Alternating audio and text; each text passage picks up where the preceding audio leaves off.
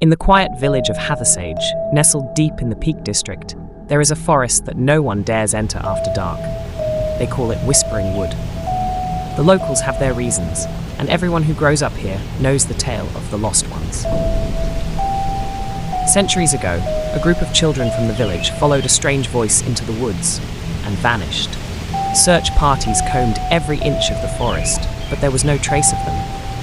And then the whispers began. Faint voices calling out to those who wandered too close, urging them to come deeper into the trees. They say the children never left. They still wait, hidden among the trees, calling for more to join them. Sophie didn't believe in old village superstitions.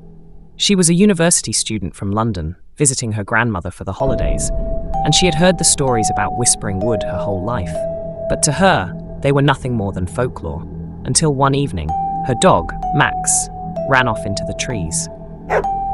Max bolted into the woods, barking wildly. Sophie hesitated. She could still hear her grandmother's warnings, stay away from the Whispering Wood.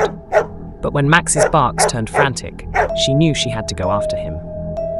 The moment she stepped into the trees, Sophie felt it. The air grew colder, the branches seemed to close in around her, and the silence was broken by soft whispers. Faint, barely audible at first, but unmistakable, they were calling her name. Sophie, come here. Sophie, come here. The deeper she went, the louder the whispers grew. And then, she saw them. Children, pale, gaunt, dressed in ragged clothes from another time. They stood between the trees, watching her, their eyes empty, their faces frozen in eerie grins. One of them stepped forward, her voice barely a whisper. "We've been waiting." Wait a minute, Sophie. We've been waiting for you. Sophie, come play with us.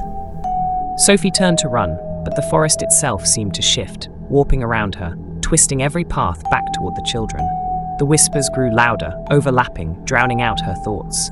She stumbled, her flashlight rolling away into the dark, and when she looked up, the children were closer, their eyes dark and unblinking.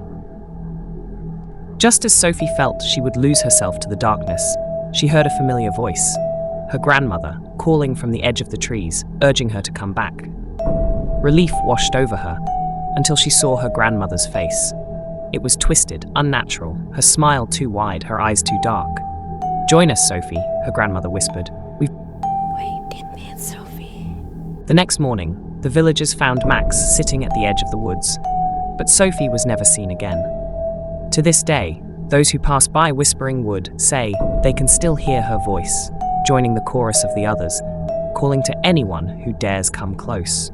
Wait a Subscribe minute, for more Sophie. chilling tales. We've been Stay out of the waiting for woods, you. or you might not. Sophie.